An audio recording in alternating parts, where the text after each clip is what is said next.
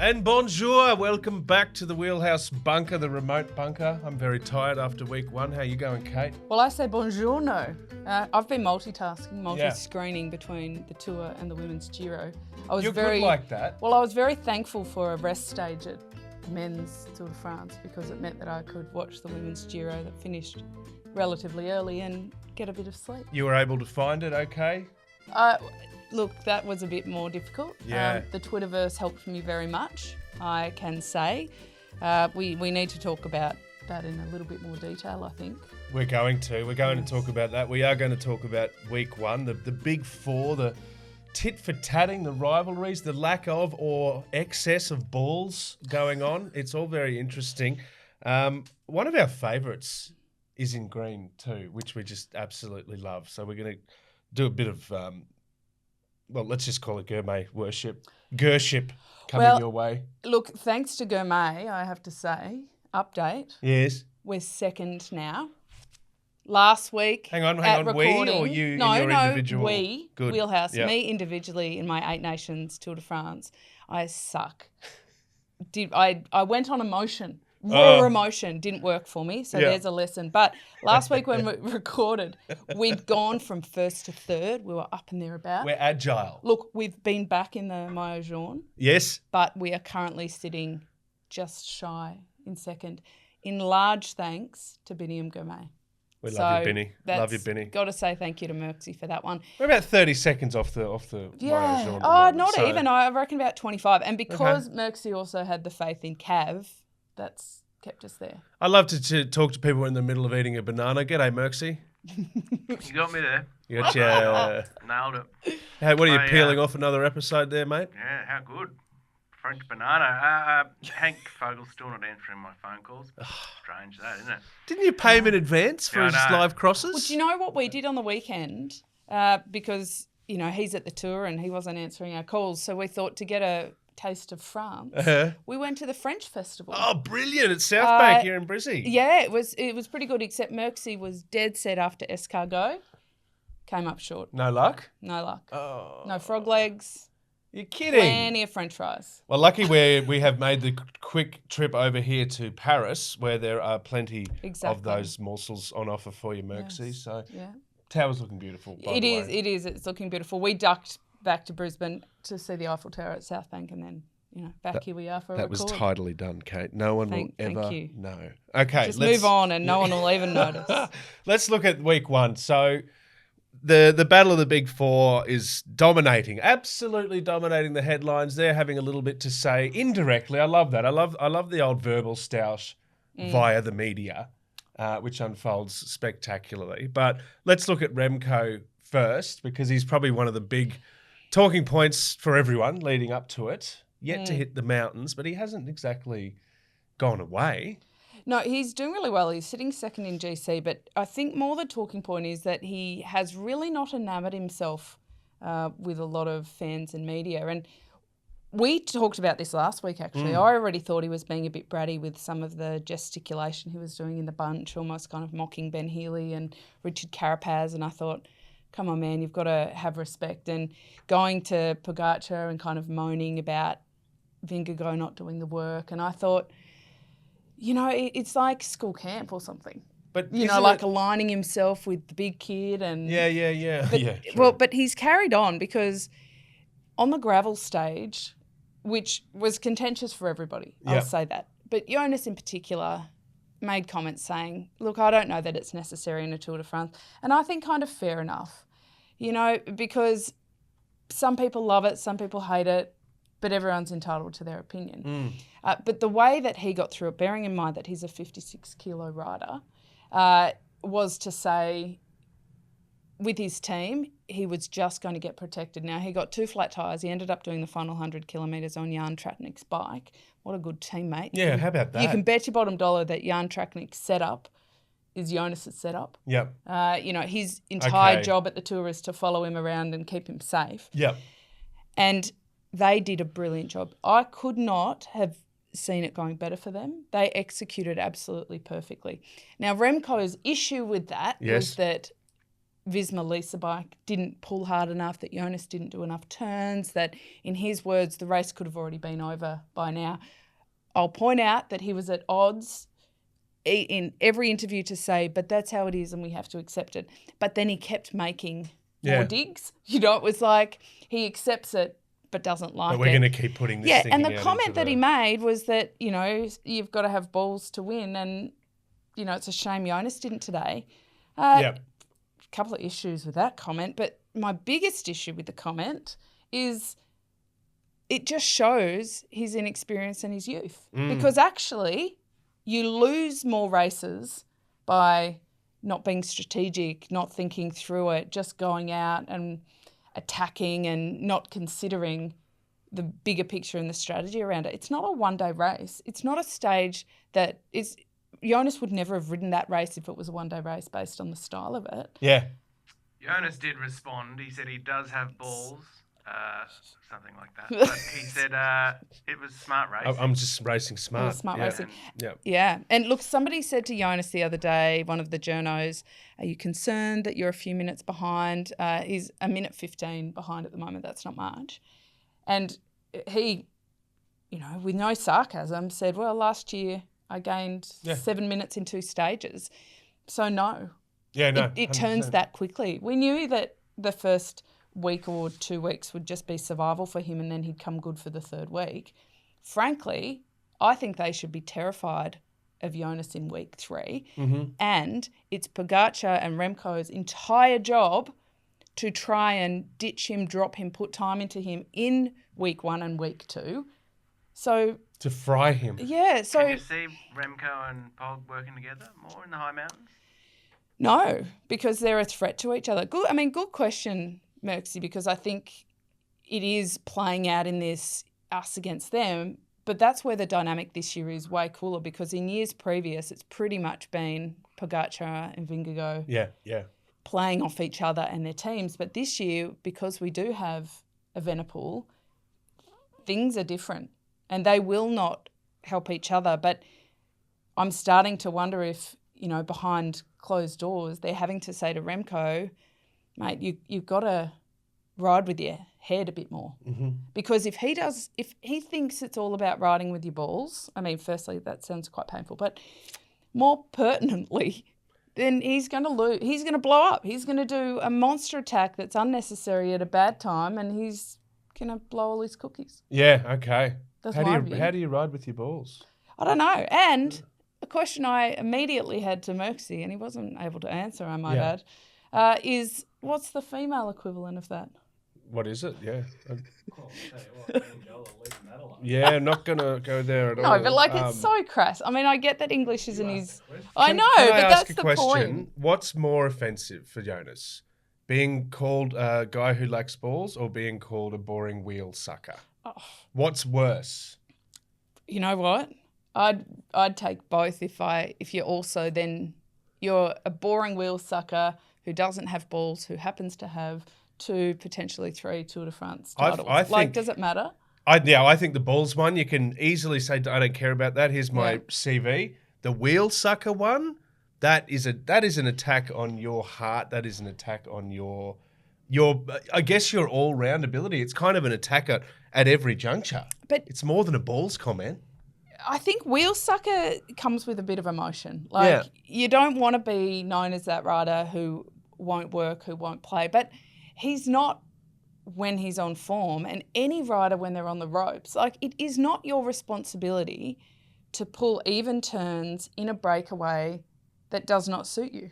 It just isn't. Like, it might be super frustrating. I can tell you, it is super frustrating when you just want a break to happen and the composition's wrong or somebody won't ride, but it actually isn't a slight on their character. Yep. Like, so much money goes into these teams. It's not about, you know, how many kilometres you pull on the front. It's just not. Well, the tour's all about the high mountains, and they haven't got there yet. Yep. So it'll be an interesting 2 and second and third week. Jonas is singing a bit of Yaz, the only way is up, and he means it quite literally. There's 5 very big mountain stages, and in all 5, there is the opportunity to put minutes and minutes and minutes. And we've seen it, as you've said, he's sitting there. But you know what? Even Pog has been a bit bored. I love that. That's so ominous from him. At one point, he's like, "Oh, it's just, I'm bored. This is awful. This sucks. I got nothing to look forward to. I Bring on actually the think mountains." so. We're essentially halfway, 21 stages, but we're 10 in, 5 big mountain stages to go. I think the Tour would be in a very different position if in these first 10 stages there were a lot of mountains, because Jonas would have been on the ropes a bit more. But the fact that he's had the chance to ride into it and to only lose a minute 15, he's clearly got decent form. Yeah. But it really suits him that the mountains are toward the end. Needed to get him early, Yeah, coming back and all of that. Yeah. Pog, see, that's the other thing strategy-wise. Like, he might be a little bit bored and he wants to put time into Jonas before Jonas rides into fitness, but there hasn't really been the opportunity. And if he just needlessly took the opportunity, and didn't do a lot of damage but wasted a lot of energy, that's not smart either. Yeah. So. Don't you reckon Pog, though, he attacked. Jonas is on someone else's bike, hates gravel, and he still had his wheel. Yeah, I mean, that's a bit. I like those. Some great images. Bit of a worry for Pog. Such beautiful Terrified. images. Pog looking a little bit worried. Let's be honest. It's a little bit like, shit, that's right. This guy. Jonas pointed out at the end that it wasn't his kind of stage, that he was really light. Yeah. For context, his race weight last year was about 58 kilos. It's rumoured this year to be 55, 56, which is, roughly the weight of what I was at 12 years of age. Like a jockey. He could be riding in the Melbourne Cup. And then Pogacar races at about 66 kilos when he's light. So that's, 10 kilos. But interestingly, Remco's a lot lighter than what he appears in his riding style, because he's only just over 60 kilos. He seems bigger. He does. He seems bigger. a little bit more robust. He seems probably closer to Pogacar. But maybe he's larger than life. It just the wasn't. Balls. It's got bigger balls. Yeah, he's got massive balls. So, yeah. Heavens. I think that could be it. It wasn't the kind of stage, Merckxy, to your point, where you could put a huge amount of time in because it was in a tour. It would be different if it was a one-day race, but teams were looking after each other, also different skew of teams. Like UAE would have been kind of pooping themselves because they're a climbing team going into a gravel stage. Mm-hmm. They weren't loving it either. Well, Geraint Thomas on his podcast, you might have heard of it, he reckons Jonas. Yep. Jonas for the... Get behind Jonas. win. Get behind the cuz. Get behind the cuz. That's what I said in my ballsy tip. I actually, now that I've seen him, Are you how flipping? he's going, Are you going to flip? I just think it's going to be a much tighter race than You might have. we might have thought. But we did, and everybody did. Like, you're kind of pontificating about his form coming in because, until a few days out. He's ahead, but he's not. riding. Yeah, but we he's not kind of Giro knew that ahead, too. We were is like, he? they're like 50-50, but he could be smashing it, and we don't really know. So. Well, I'll tell you who has been showing a whole lot of balls, and that is our man Gamay. So, wearing the green now. We're going to celebrate him because we love him, but amid all of that, Jasper got the monkey off his back. But I love the Jekyll and Hyde that we're seeing from this guy.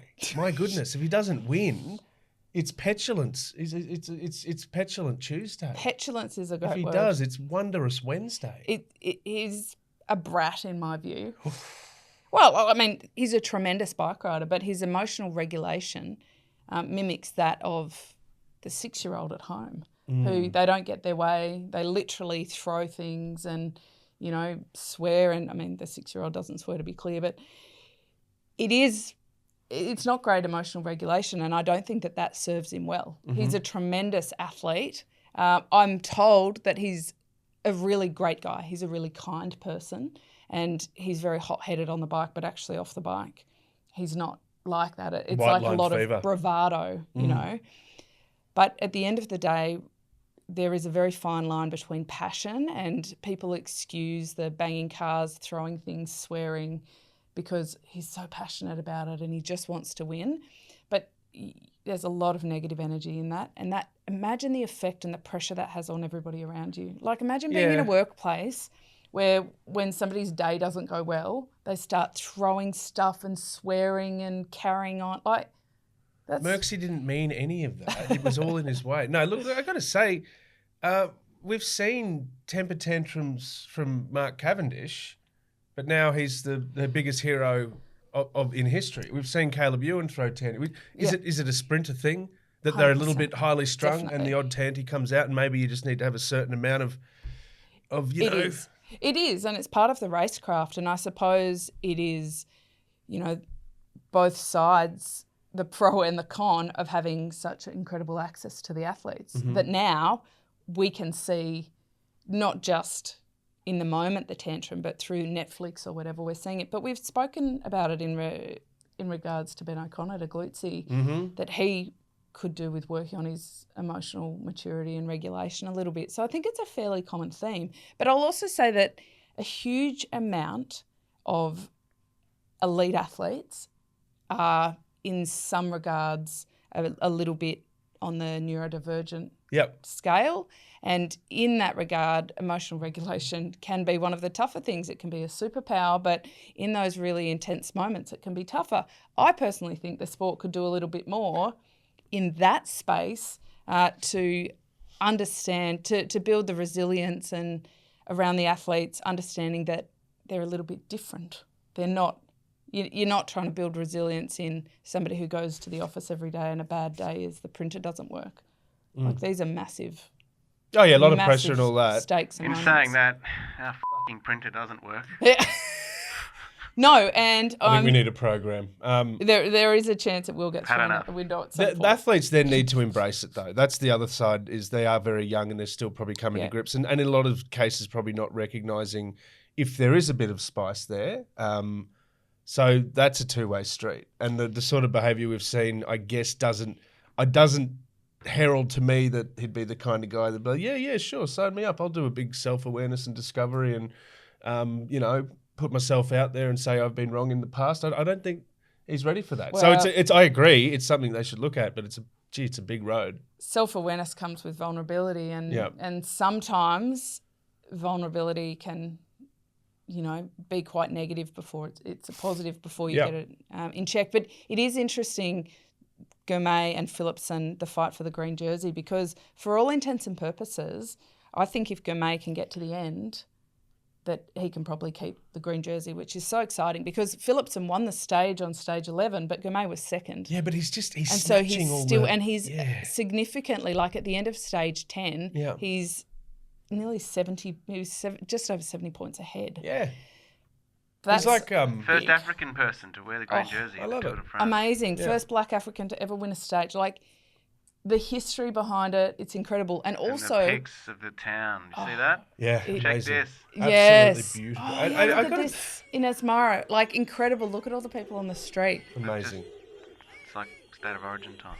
It is a little bit. Queensland It win. really is. Oh, bonjour! Yeah, Kate, there you go. Yeah. There's the guy that wouldn't sell you a croissant earlier. Yeah, I'll Doesn't keep matter. my hand Not movements to myself. Yeah, I love it. I want my baguette. I love Gourmet. He's kind of like fantastic Mr. Fox in this tour. 'Cause Yeah. He's taking a stage, but he's just sneaking in, getting the little intermediates here and there. And He's just- also it's good a to lot see. taller than most of the other sprinters. So he's 184 centimetres. And Jasper Philipson is 176. So he's, 10 centimetres shorter. some Like, height. their builds are really quite different. Yeah. And They wouldn't box one another. it is the one thing I like about cycling, and I say this to any person, any kids. It's not like gymnastics or basketball. If you don't have this specific frame, it's not the sport for you. There is a sport in cycling, no matter what your frame. And you only have to look at Vicky Pendleton, who is 50 kilos wringing wet versus Anna Mears, the difference in their frames, but they were both equally as good in the same event. Like, it's really cool. Both Terminators. Yeah. Yeah, absolutely. Okay, love to see it. So we know the high mountains are coming. Kate's thinking about a spectacular tip backflip.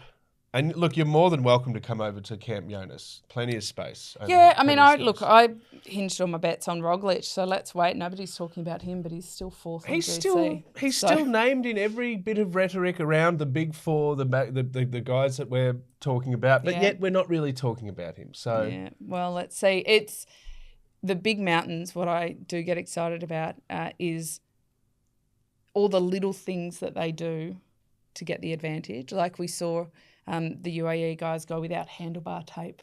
Wow. To try and get the advantage. And So we're going bold. to see those little things come out as well. So I love it. Okay, fantastic. Now, you were mentioning the Giro as well. Enjoyable watch? Enjoyed the coverage? when we found it, we have enjoyed it very much. Oh, dear. This year's Women's Giro, taken over by RCS, they have done a tremendous job. It is a beautiful race. It is a beautiful race to watch, and I love that we can.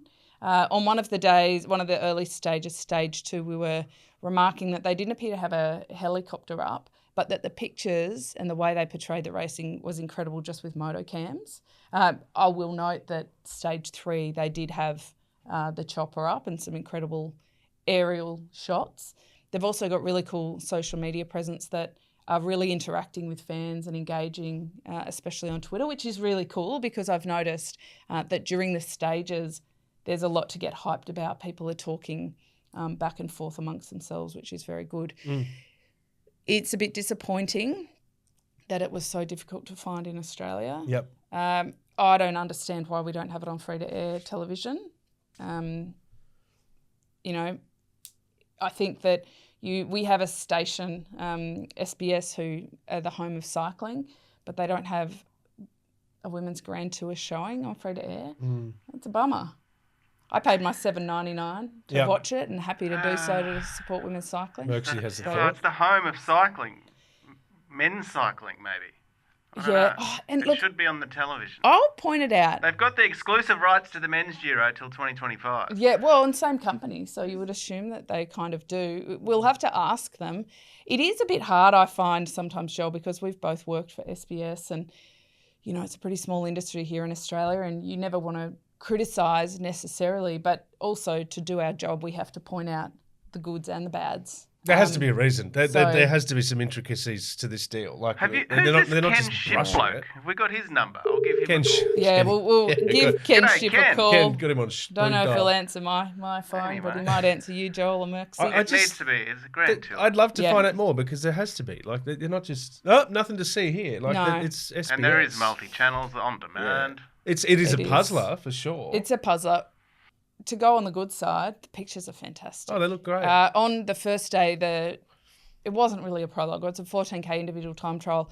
Second and third for the Aussies with Grace Brown and Brodie Chapman. Grace Brown 1 second off Longa Borghini and Brodie Chapman 13 seconds off. Now, her mum is up trying to figure out how to watch it as well. So she's turned to the Twitterverse. Wouldn't the broadcaster that does have the rights for Australia be glad an Australian didn't win that stage? Oh, Yeah. wouldn't Because they? how freaking embarrassing. Well, no bigger headache than waking up and seeing all the mainstream news services running a top liner that you didn't broadcast. as the no, rights but holder. it's great. Appalling. So Bernadette, Brodie's mum, is also following along, and I love that the parents can have access to it as well. I've seen Grace Brown's mum, Ruth, jumping in on the socials as well, so a great way to be able to follow it. On stage 2, it was won by Chiara Consoni, the Italian sprinter, which, might I add, it's the 30th year of the Women's Giro, and they've only had one Italian winner. She's won it 5 times, Fabiana Luperini, but only one Italian winner. Now, an Italian is the incumbent Maglia Rosa, where at the moment, Alyssa Longa Borghini. The last time Fabiana Luperini won in 2008, my sister was on the team. There you go. In Menechini, worked really hard. And Walter Zinni, the team director there, when I was watching stage 2 and there was a rider for B Pink that was out most of the day, I thought, Walter Zinni must be the team director there because it was like classic tactics from them. But look, we don't have a lot of teams represented in our jersey spread here on the desk, but we do happen to have a UAE POG jersey, and we do happen to have a UAE team Chiara Consoni jersey there as well. So I'm feeling pretty proud about that. I want that back And too. thank you to Pissay, Champ Sis, for leaving those with us. But the Aussies have been doing amazing. More history. We've seen so much history at the Tour de France, but more history at the Women's Giro, where last night, stage 3 it was, Neve Fisher-Black won. Friend of the show. Practically an Yes, Australian. you Friend might of the show. remember Close her. enough. She won the under-23 world title in They said, Wollongong. get and do your doping and do your recovery. She said, no, I got to get to the wheelhouse bunker. So good. It was. She turned up with her jersey on. So fantastic. Now her career has just continued to progress in an incredible level. What a She's coincidence. such a lovely, lovely young lady. And she won the stage on a hilltop finish ahead of Mavi Garcia from Jaco Alula. And it was the first time a New Zealand rider has ever won a stage at the Women's Giro d'Italia. Yep. She'll be an Aussie before we know it. Congratulations Absolutely, to her. so good. Yeah, so we can claim that too. But Neve Bradbury was in the top 10 as well. She's sitting just outside top 10 at the moment in GC. Yep. But they have a couple of big mountain stages to come, and she's climbing like a gun. Climbing like a mountain goat? Yes, and Loretta Hanson in stage 2 as well for the MVP slid out on one of the gravel corners and almost looked like a Chico roll in the white gravel, jumps back up, gets back to the front, leading it out, doing all the work because her teammate Longo Borghini wearing the Maglia Rosa. Love that. What's the Chico? Just quickly, so Chico roll? Chico roll. What do you mean? Well, you know... Like they look like a deep fried... Well, like they're rolled and covered in stuff. Oh, okay. Or so they're like battered. They're covered in... battered sausage or something. From one Aussie icon I mean. to another, I'm going to get you to now explain just quickly your Vegemite earrings. Yes. Thank you for noticing, Joel. I just used the awkward Chico roll to lead into that. That was real skillful. Because Chico rolls are Australian, right? They're a big Aussie icon. All right, Merckxy's dad is a big Chico roll fan. Merckxy's just sitting there shaking his head. Vegemite earrings on. Yes. Because I thought I'm so pumped at how well the Aussies are doing at the Women's Giro that I thought I'd get my Australiana on. Fantastic. Like, how do you know you're an Aussie? I'll take them to Paris with me. Please do. And wear them on the broadcast. With them. Yeah. Yeah, they won't mind. Yeah, no. that's fabulous. Yeah. Now no one will ask me where I'm from. They'll know straight away. Yeah. Okay, so lovely coverage of the Women's Giro, by the way. I think nice point made there. Sarah Roy, we didn't talk about her, but we have to because she damn nearly won stage 3. So she was out all day. So just more Aussies to add to the list. We were talking about Olympic heartbreak for many riders. And this is a little bit of a, It is. So Roy missed out on the Olympic team and it has been utter devastation for her the second time she's missed out and has the feeling that it was, not how it should be. And she did come out very publicly, very vulnerably and talk about, spare a thought while you're celebrating all the Olympians, spare a thought for the people who've worked just as hard but haven't made it. And I have to say I agree with that. But she turned it around and absolutely slaying it at the Giro and getting ready for the Women's Tour de France. Hold my beer, she said. Hold my beer. Now, my sister, her coach, is going over for the Tour de France Femme. And I think that is a really exciting moment to just realise that it's team. We talk about the riders, but it's their coaches in the background. It's the people who are there on the ground helping and supporting that really make it possible. Love Natalie, that. I know you're listening. I'm happy to come and help if you'd like. Yeah. Carry your stuff around. Well, Catering. I will be bribing her with, yet to be determined goods to be our wheelhouse correspondent on the ground there. Yeah, absolutely. Well, the last guy disappeared. Well, the other guys brushed us. I saw a photo of him on Mount Ventoux yesterday. Yeah. All right. Well, they got no phone coverage up there, Fogels. Looks like he's having a terrible time. Where are you, Hank? Oh, my goodness. Now, we do have, we love a giveaway. We love a bike bug related. We do. Prize draw, Kate. And we have what's this one worth? Like 20 grand? About 18 grand, yeah. I rounded it up. Yeah. Yeah. It is one of the Pogacar beautiful V4 RS Colnagos. So you will see them in all their glory in these mountain stages. That's where they're really at their best. Look good on the gravel. Oh, handled the gravel well. Gee, there are some beautiful photos from Bigger the gravel tyres. stage. It is beautiful, but all you need to do is go to bikebug.com/win and there is a code there and that is TDF Bike. If you put in TDF Bike when you purchase anything between now and the end of the Women's Tour de France, the Tour de France Femme, you're in the draw. You are in the draw. Okay. And Merckxy will be doing the draw. I love that. Well, Team Wheelhouse will, but I just feel like it should be Merckxy. Yeah, I spoke to our lawyer and we cannot enter. Just one of our lawyers? 3 of us. We've only got the one. Joel only works What about that guy that makes us sign documents in that underground car park on the bonnet of his car? Is he not a normal lawyer? That was no. The total prize pool is over $19,000, so that's pretty cool. Yeah. That's great. Well, Merckxy, looking forward to it. Yeah. We can't enter, but you can draw. Yep. I'll draw it. So it's outfit. Around 2021 August, you need to look out for that. But TDF Bike, over at Bike Bug. And, of course, you can still use your Wheelhouse code as well. Wheelhouse. It's nice seeing Bike Bug, plastered all over the Tour de France coverage. It is. Yeah, it's fantastic. Yeah. Australia's favourite weekly cycling podcast. Well, that's it. Just saying. The They know how to join up there. with, they beautiful. find the synergy. Yeah, the synergy. That's fantastic. On that too, I've started my training for the Brisbane to Gold Coast. Oh, have you? How's it going? Painful, but Okay. I'll get there. Gentle 30Ks, getting ready for that 100 in October. I as am well. of the belief that if you can do 30, you can do 100. You just may not walk the next day. Or the next several days. Yeah, but you'll great. get there. You'll do that. Yes, you've got to have the balls to do the 100. Yeah, it takes a lot of balls. Yeah, Takes and a lot of balls.